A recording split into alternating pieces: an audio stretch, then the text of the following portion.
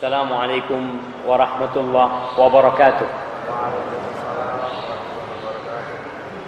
Alhamdulillah alladzi bi ni'matihi tatimmu shalihat. Segala puji bagi Allah Jalla Jalaluh yang karena nikmatnya kebaikan-kebaikan menjadi sempurna, yang karena rahmatnya niat-niat baik hamba dapat terlaksana.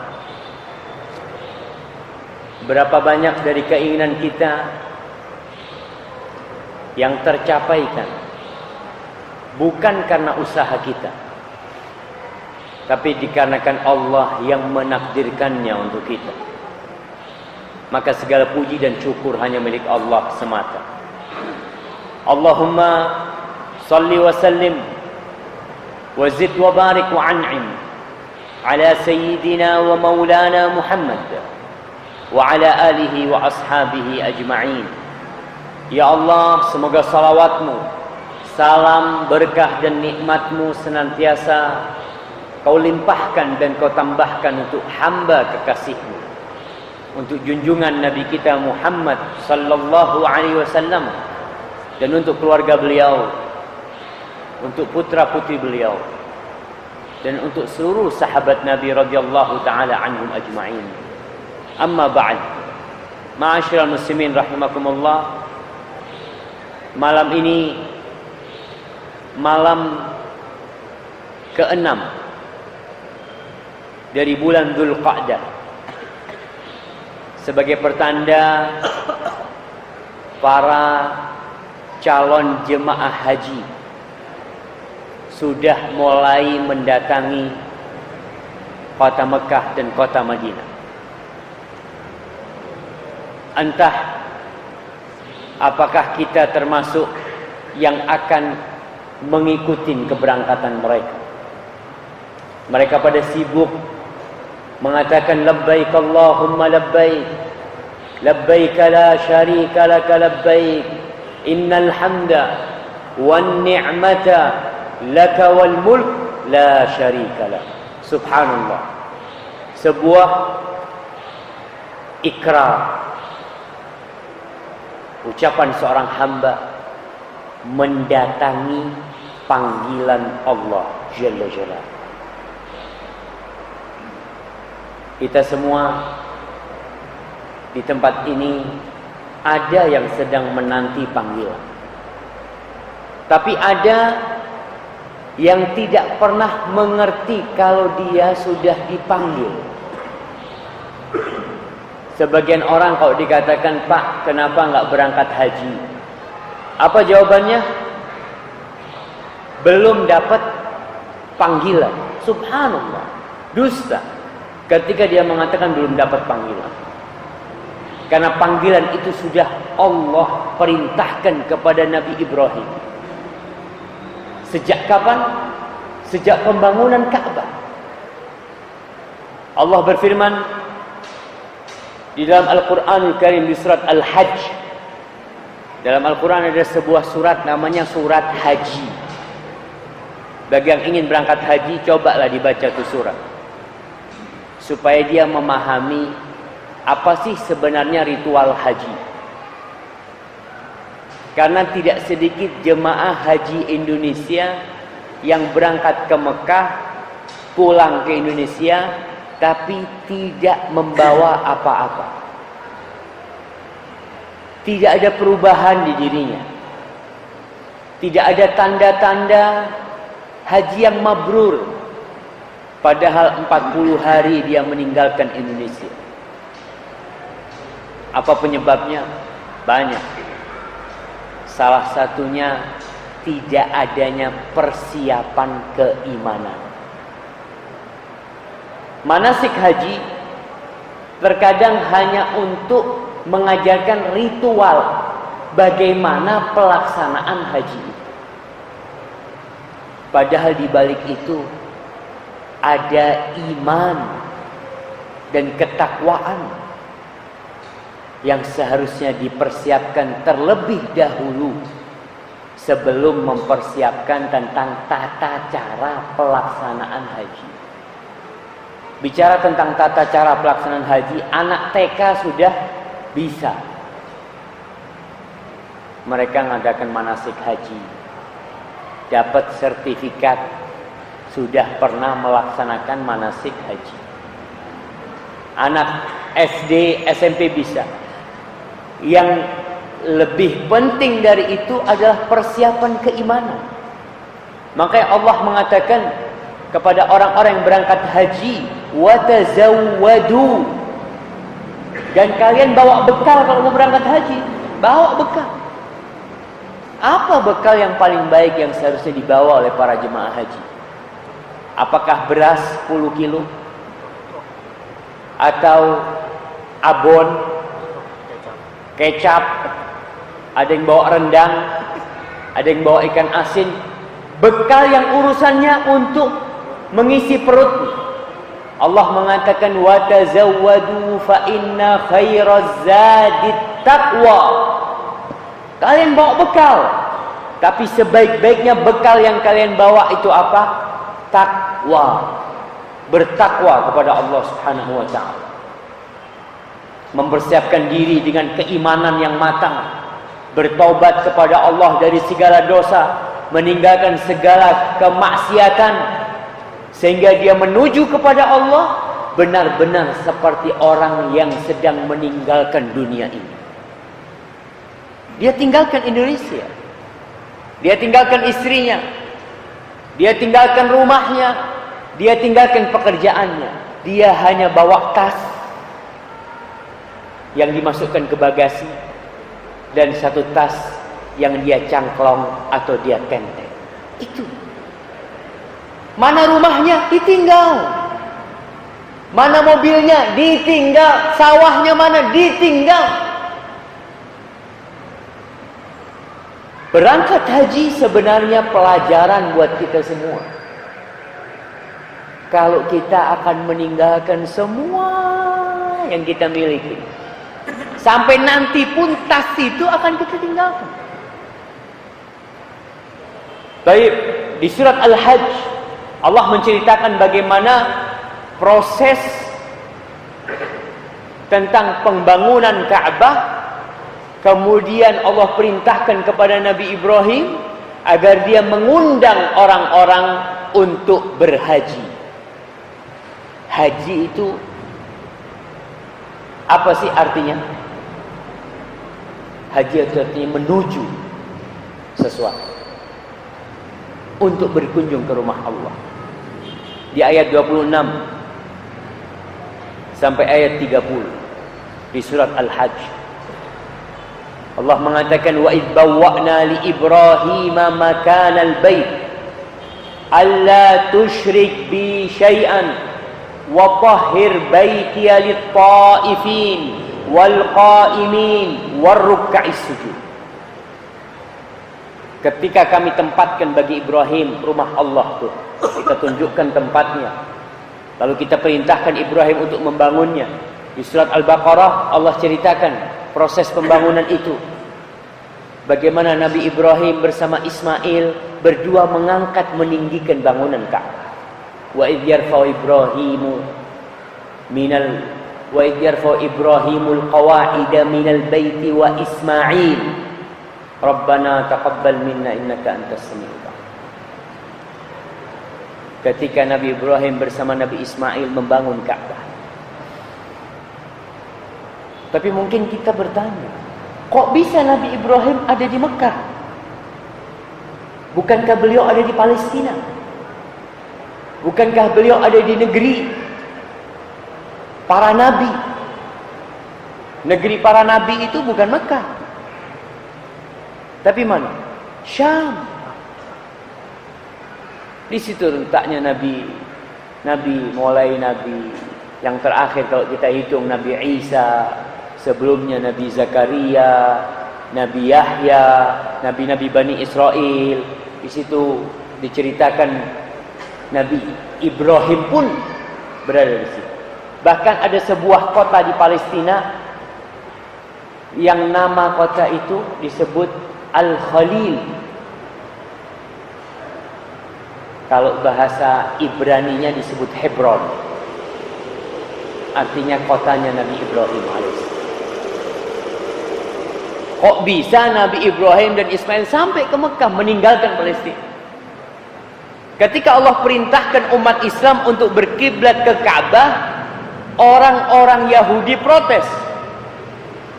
Sebagaimana diceritakan oleh Al-Baghawi dalam tafsirnya, ketika menceritakan firman Allah di surat Al-Baqarah ayat 96-97, "Inna awwala baitin wudi'a lin-nas lalladzi bi Bakkah mubarakan wa hudan lil alamin." Sesungguhnya rumah tempat ibadah yang pertama kali diletakkan di muka bumi ini adalah yang di Mekah, yang di Mekah atau Bakkah dulu namanya.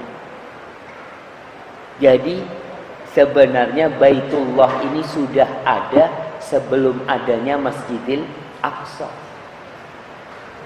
Maka lebih mulia Baitullah, lebih pantas untuk dijadikan kiblat. Tapi intinya kiblat itu taat kepada Allah. Dulu sebelum hijrah ke Madinah, mana kiblatnya umat Islam? Masjidil Aqsa. Dan itulah ketaatan umat Islam. Mereka berkiblat ke Masjidil Aqsa. Walaupun tahu Ka'bah lebih mulia, tapi karena Allah perintahkan berkiblat ke Masjidil Aqsa, mereka berkiblat ke sana. Tapi tatkala sampai Madinah, kiblatnya dirubah menuju ke Masjidil Haram. Fawalli wajhaka syatral Masjidil Haram, maka umat Islam pun pindah. Kok pindah-pindah kiblatnya? Agama apa ini? Itulah agama ketaatan. Kalau Allah perintahkan kita menghadap ke timur, kita akan menghadap ke timur. Kenapa? Karena Allah yang merintahkan. Jadi yang pertama kali diletakkan adalah Ka'bah. Kisah hijrahnya Nabi Ibrahim ke Mekah itu sebenarnya bermula dari lahirnya Nabi Ismail. Ibrahim alaihissalam sampai tua nggak punya anak. Akhirnya sang istri, subhanallah nih, istri yang baik hati, melihat suaminya nggak punya anak, cobalah kau nikahin tuh, dikasih budaknya yang namanya Hajar. Kau nikahi dia, akhirnya punya anak, Masya Allah, yang bernama Ismail. Ismail itu bahasa Ibrani, yang artinya Sami Allah, artinya doanya didengar. Dari asal kata Ismail, karena il itu di dalam bahasa Ibrani berarti Rabb, Allah itu Tuhan. Makanya namanya Nabi Yakub, apa gelar dia? Israil. Malaikat yang menyampaikan wahyu namanya Jibril, Mikail. Wallahu a'lam bishawab. Tapi yang jelas Ismail dikasih nama Ismail sebagai bentuk syukur Nabi Ibrahim bahwasanya Allah mengabulkan doanya. Bertahun-tahun sampai tua renta. Nabi Ibrahim itu sunat umur berapa jemaah? Umur berapa? 80 tahun. Ada di sini yang umur 80 tahun. Ada 80 tahun belum sunat. Beliau sunat pakai kapak. Rasul SAW menceritakan hal itu. Bagaimana sunatnya Nabi Ibrahim. Allah kasih anak setelah tua renta. Dan Allah tidak pernah ingkar janji. Allah mengatakan, "Ud'uni astajib lakum." Minta aku kasih. Maka Nabi Ibrahim tidak pernah putus asa. Enggak pernah mengatakan, "Ya Allah, aku ini kan nabi, kenapa aku enggak dikasih anak?" Enggak. Dia terus minta, "Rabbi habli minas shalihin." Ya Allah, berikan kepadaku anak keturunan yang soleh. Itu yang diminta oleh Nabi Ibrahim alaihissalam. Ditaruhlah Nabi Ismail sama ibunya Hajar di Mekah. Ketika mau pergi, Nabi Ibrahim, subhanallah, Mekah pada waktu itu tidak ada penduduk, tidak ada tanaman, ya kecuali yang memang tumbuh, Allah tumbuhkan di sana. Tidak ada pertanian, tidak ada perkebunan. Maka diletakkanlah Hajar bersama Ismail di bawah pohon dauha, pohon doha. yang ada di situ. Taruh di situ, dikasih setempat kurma, lalu satu wadah air. Ditinggal, didatengin sama Hajar. Ila man takiluna. Wahai Ibrahim, kau titipkan kita sama siapa di sini? Kau titipkan kita sama siapa? Enggak ada siapa-siapa di sini. Nabi Ibrahim tetap diam. Tanya lagi, ila man tatrukuna, kau tinggalkan kami kepada siapa di tempat ini? Subhanallah. Nabi Ibrahim diam. Sampai akhirnya pertanyaan Hajar berubah. Begitulah seorang mukmin. Dia tuh kalau bertanya, dia harus mikir, apakah pertanyaan dia tepat atau ternyata kurang tepat dia bertanya. Akhirnya dirubah oleh Hajar pertanyaannya. Apa pertanyaannya? Allahu amaraka bihada? Apakah Allah yang menyuruhmu melakukan ini? Tadi pertanyaannya, kepada siapa kau titipkan kami? Sebagai istri seorang nabi, kayaknya pertanyaanku itu kurang pas. Maka dirubah oleh Hajar ketika dia sadar. Apakah Allah yang memerintahkan kepadamu untuk melakukan ini? Apa kata Ibrahim? Naam, iya. Silahkan kau pergi, kata Hajar. Idzan la yudayyi'un Allah. Allah tidak akan melantarkan kita. Yakin. Kalau sudah Allah yang nyuruh, serahkan sama Allah. Kita ini kadang-kala kurang tawakal sama Allah. Maka pergi. Tatkala udah pergi, Nabi Ibrahim sampai sebuah bukit, udah nggak kelihatan sama Hajar dan Ismail. Nabi Ibrahim angkat tangan, berdoa memohon kepada Allah Subhanahu wa taala. Dia menghadap kiblat, mengatakan, Rabbana inni askantu min dzurriyyati biwadin ghairi dzi zar'in 'inda baitikal muharram. Kita lihat jamaah doa Nabi Ibrahim. Coba kita renungkan. Nabi Ibrahim yakin kalau Allah tahu dengan kondisi dia. Allah tahu dengan isi hati Nabi Ibrahim. Tapi karena Allah memerintahkan kepada hamba untuk berdoa, dan doa itu adalah puncak penghambaan hamba kepada Sang Pencipta, maka Nabi Ibrahim berdoa. Dia mengatakan, Rabbana, wahai Rabb kami, sesungguhnya aku meletakkan dari keturunanku di lembah yang tidak ada tanaman di situ. Allah tahu. Tapi Nabi Ibrahim ngomong sama Allah. Karena Allah nyuruh kita minta, tunjukkan kalau kau butuh sama Allah. Maka Nabi Ibrahim menunjukkan kebutuhannya kepada Sang Pencipta.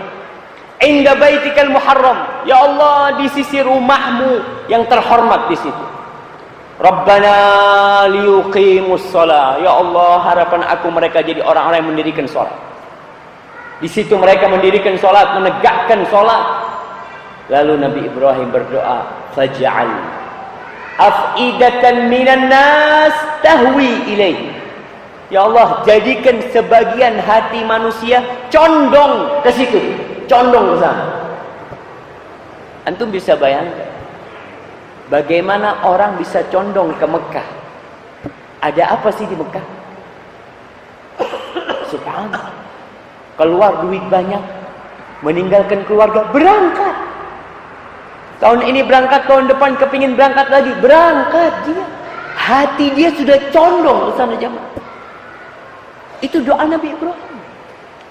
Lalu dia berdoa, warzuqhum minas thamarati la'allahum yashkurun. Berikan kepada mereka rezeki dari buah-buahan agar mereka mensyukuri nikmat-Mu. Berangkat Nabi Ibrahim. Mulailah kisah air Zam-Zam. Tatkala kurma yang dibawa oleh Hajar, kita sering mendengar istilah Siti Hajar, Siti Nurbaya, Siti Khadijah. Nah, Siti itu sebenarnya ya ungkapan singkatan dari Sayyidati, yang artinya yang mulia, yang terhormat. Nah, Hajar, mau disebut Siti Hajar yang nggak apa-apa. Tapi ingat, namanya bukan Siti Hajar. Karena kadang-kadang kita ngasih nama anak kita, ada Sitinya juga. Padahal namanya Hajar. Umpamanya, siapa namanya? Siti Fatimah. Fatimah, namanya putri Nabi itu, alaihissalatu wassalam, siapa? Fatimah. Kalau namanya Fatimah, Siti itu gelarnya. Engkau belum tentu Siti. Belum tentu. Tapi kalau Fatimah memang Siti. Dia adalah yang terhormat, yang mulia. Mulai ketika air habis, kurma pun sudah ludes. Susu yang ada di buah dada Hajar udah kering. Ismail menangis, menggeliat, dia mau minum, tapi nggak ada yang gini. Maka Hajar nggak tahan melihat anaknya. Dia memandang kiri dan kanan, dilihat ada bukit paling dekat dengan dia. Bukit itu namanya Sofa. Dia naik ke Sofa. Dia lihat, mungkin ada orang yang datang. Tidak ada. Lalu dia turun menuju ke bukit yang di sebelah sanonya, yaitu Bukit Marwah. Ketika di tengah jalan, di perutnya dua bukit ini, lari kenceng larinya. Jadi bukan lari santai, enggak. Larinya Hajar ini larinya orang yang sedang mencari air buat anaknya, yang anaknya menangis di situ ditinggal sendirian. Sampai ke Marwah, dilihat nggak ada orang, turun lagi terus sampai 7 kali. Ibnu Abbas bercerita, qala Rasulullah sallallahu alaihi wasallam, fadzalika sa'yun nas al-yawm. Orang sa'i sekarang itu ikut sa'inya siapa? Hajar. Setelah 7 kali dia dengar ada suara di tempat anak, maka dia bersegera datang. Ternyata di situ ada malaikat Jibril yang menggali sumur Zam-Zam. Sebagian riwayat mengatakan dengan sayapnya, sebagian mengatakan dengan kakinya Jibril menggali. Keluar air. Apa yang dilakukan oleh Hajar? Maka dia langsung ambil tempat air itu dimasuk. Karena takut airnya kering. Mumpung ada airnya dia masukin. Kata Rasul sallallahu alaihi wasallam, rahimallahu umma Ismail. Semoga Allah merahmati ibunda Nabi Ismail. Lau lam taghrif lakana Zamzam ainan tajrif. Andai kata ibunda Nabi Ibrahim tidak, apa istilahnya jemaah? Nyiduk. Apa bahasa Indonesianya? Mencibukin. Bismillah.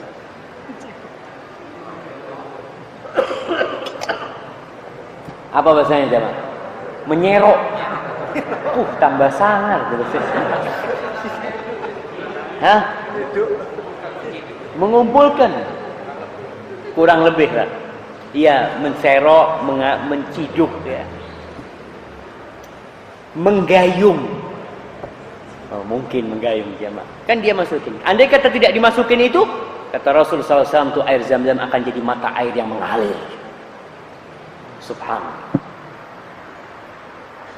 Akhirnya malaikat Jibril mengatakan, la takhafi dhai'ah. Kau enggak perlu takut ditelantarkan. Fa innaha huna baitullah. Di sini ada rumah Allah yang akan dibangun oleh anak ini dan sama bapaknya.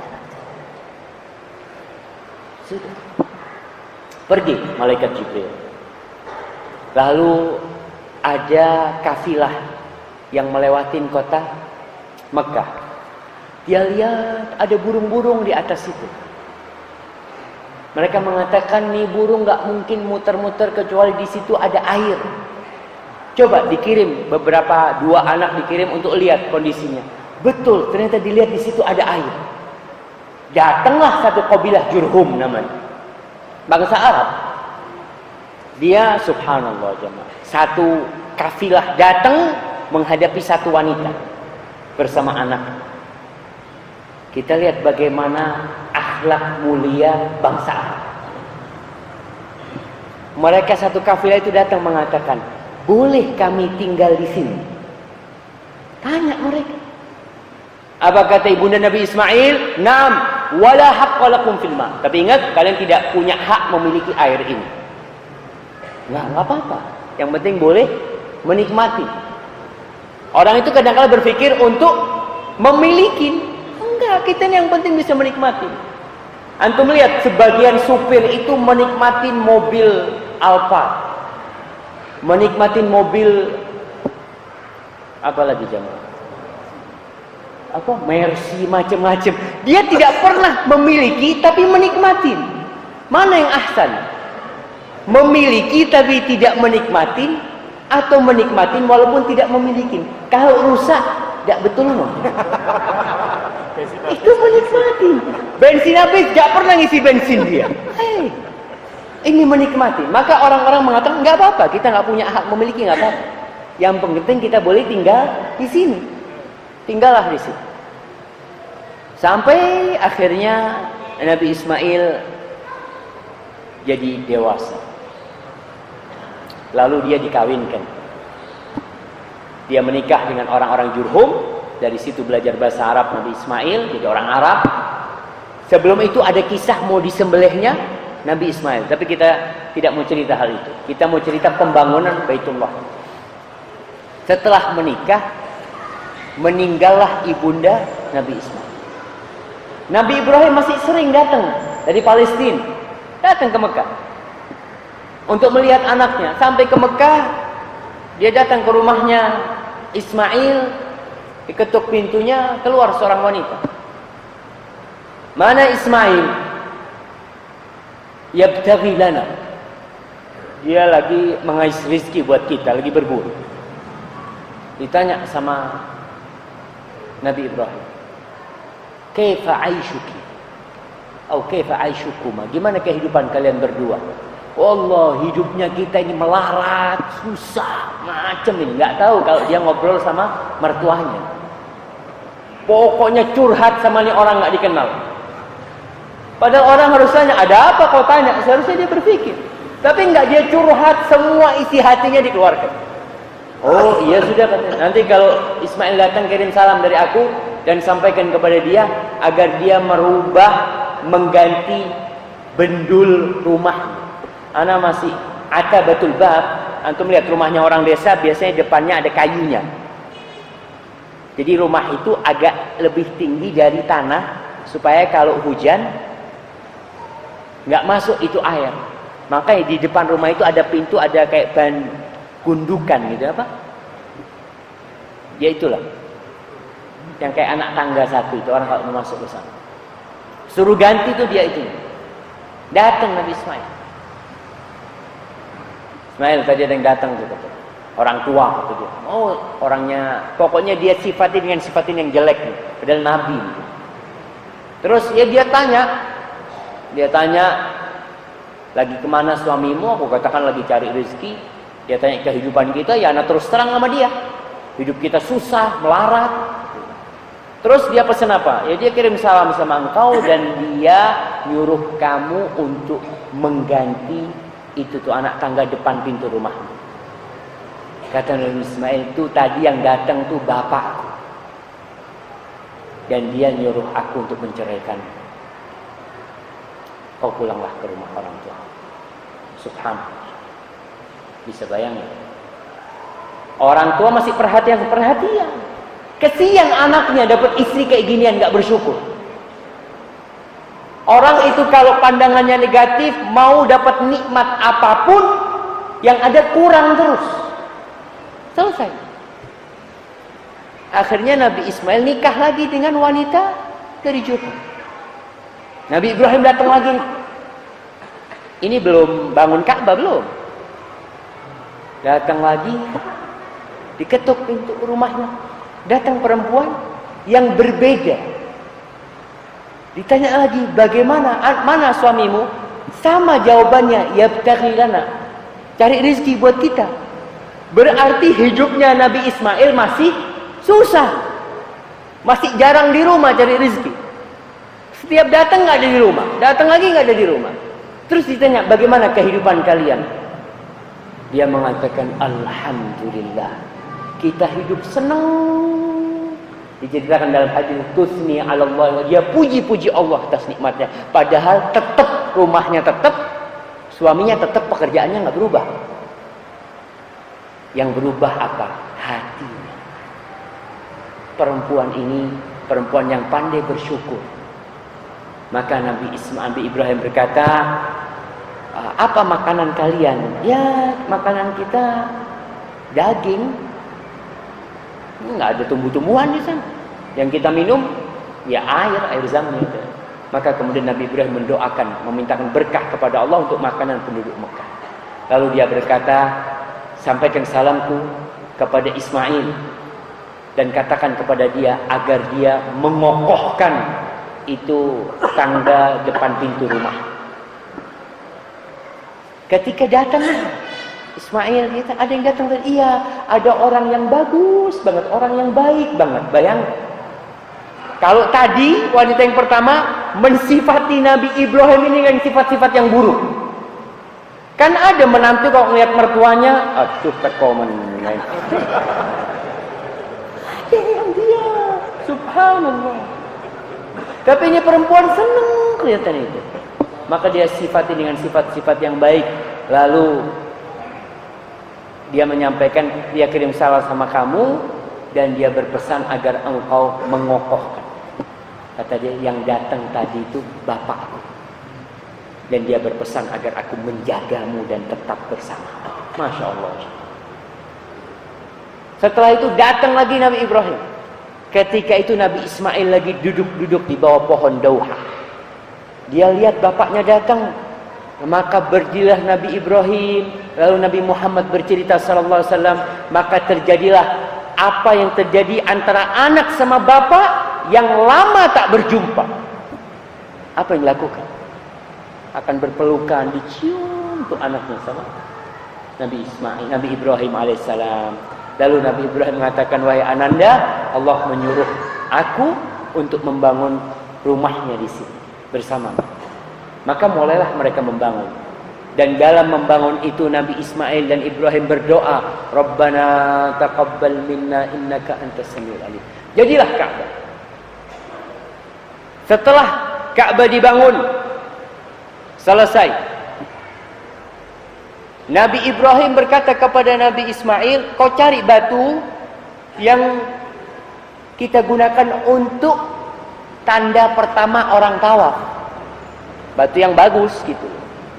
Carilah Nabi Ismail. Ketika dia mau ditaruh di tempat Hajar Aswad, ternyata malaikat Jibril sudah meletakkan Hajar Aswad. Dan disebutkan Hajar Aswad itu dari surga Allah Subhanahu wa taala. Makanya kenapa kita disyariatkan menciumnya? Kenapa kita disyariatkan menyentuhnya? Pertama karena kita diperintahkan oleh Rasulullah SAW. Nabi mencontohkan hal itu.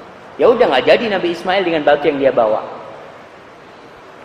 Selesai pembangunan Ka'bah, Allah mengatakan, wa'adzin fin nasi bil hajj. Ibrahim, sekarang kau undang orang-orang untuk berangkat haji.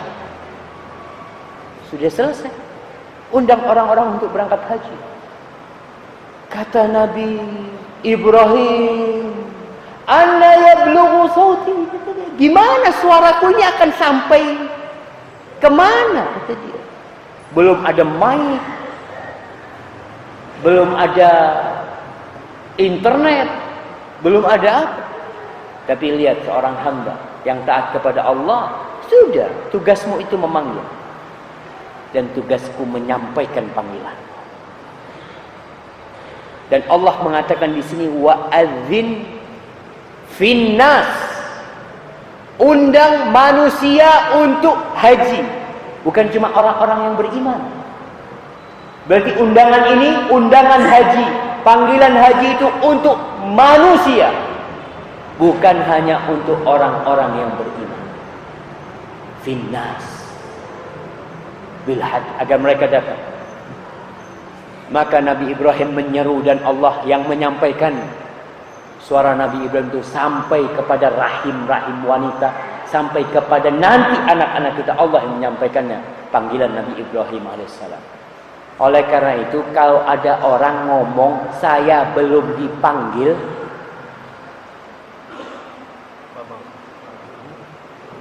tujuh menit, alhamdulillah masih ada 7 menit. Kalau ada orang ngomong Anda belum dipanggil, engkau udah dipanggil. Makanya orang yang berangkat haji mengatakan labbaik Allahumma labbaik.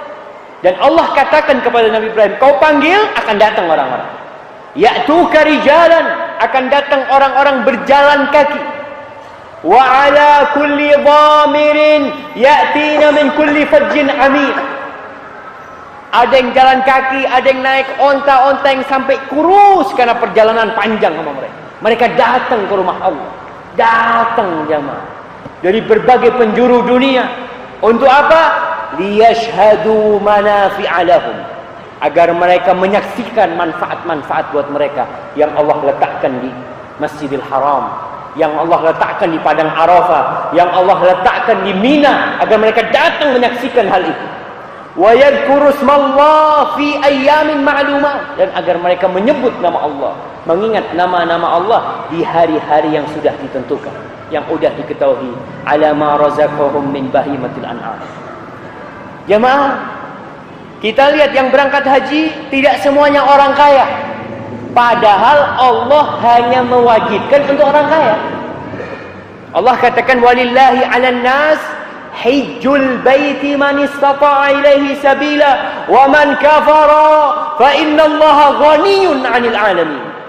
Allah mewajibkan bagi manusia yang mampu untuk berangkat haji. Yang kufur, yang enggak mau berangkat haji, sesungguhnya Allah tidak butuh dengan alam semesta ini. Bukan cuma sama engkau. Allah enggak butuh sama Lumajang, Allah enggak butuh sama Indonesia, Allah enggak butuh sama Asia, Allah tidak butuh dengan bumi dan langit ini. Fa innallaha ghaniyun 'anil 'alamin. Maka kita lihat, subhanallah, dari panggilan Nabi Ibrahim itu orang berangkat haji, jamaah kita lihat, yang umurnya sudah 90 tahun berangkat.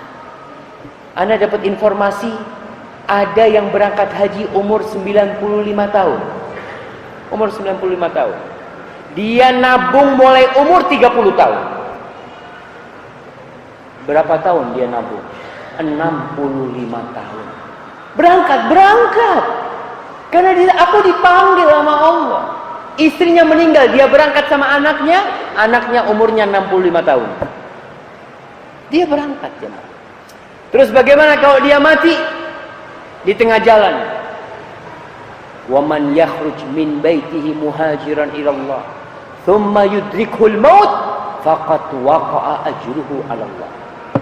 Barang siapa yang keluar dari rumahnya hijrah menuju Allah, menuju nih dia berangkat menuju Allah Jalla Jalaluhu, kemudian ditakdirkan mati di tengah jalan, maka pahalanya sudah Allah catat. Kita berangkat. Maka antum pasang niat untuk haji. Bagaimana orang pasang niat itu? Pasang niat itu dengan daftar paling tidak. Sebagian orang itu Masya Allah, beli mobil, beli sawah, beli ini, beli itu. Kapan daftar haji? Tunggulah Ustaz, belum ada panggilan Ustaz. Subhanallah. Rata-rata yang berangkat haji itu orang yang menengah ke bawah, tapi yang punya niat.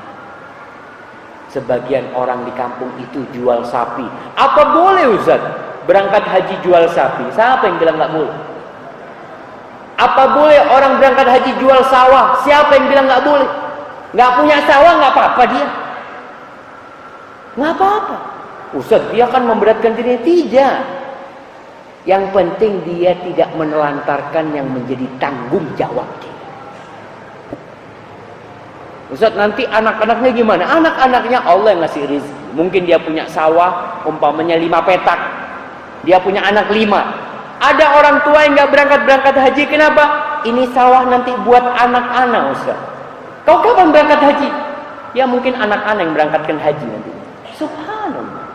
Ingat, ibadah haji ini ibadah fisik. Selain ibadah harta, selain ibadah mental, juga ibadah fisik. Kalau kita berangkat haji dalam kondisi tua renta, sudah nggak bisa baca, sulit menghafal. Akhirnya pelaksanaan ibadah haji kebanyakan orang sekarang itu hanya norok bunte. Apa norok bunte itu? Ikut-ikutan aja. Berapa menit ya, Ma? 2 menit, alhamdulillah. Pokoknya bunyi berhenti gitu. Baik, maka usahakan Pak. Kita pasang niat dari sekarang. Di Lumajang berapa tahun kalau orang daftar sekarang? 17 tahun. Maka kalau umur antum 30 tahun sekarang daftar, kapan berangkat haji? Umur 47 tahun. Kalau sekarang umurnya 40 tahun, daftar haji sekarang, insya Allah berangkat haji umur 57 tahun.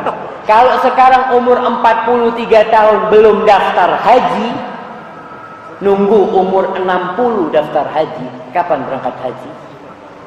Umur 77 tahun. Dan kelak Allah akan tanya. Kalau mampu ya, ingat kita ini nggak wajib punya rumah. Ada kewajiban orang punya rumah aja, Pak? Nggak ada. Nyewa boleh nyewa, kontrak boleh. Nggak ada kewajiban kita punya rumah.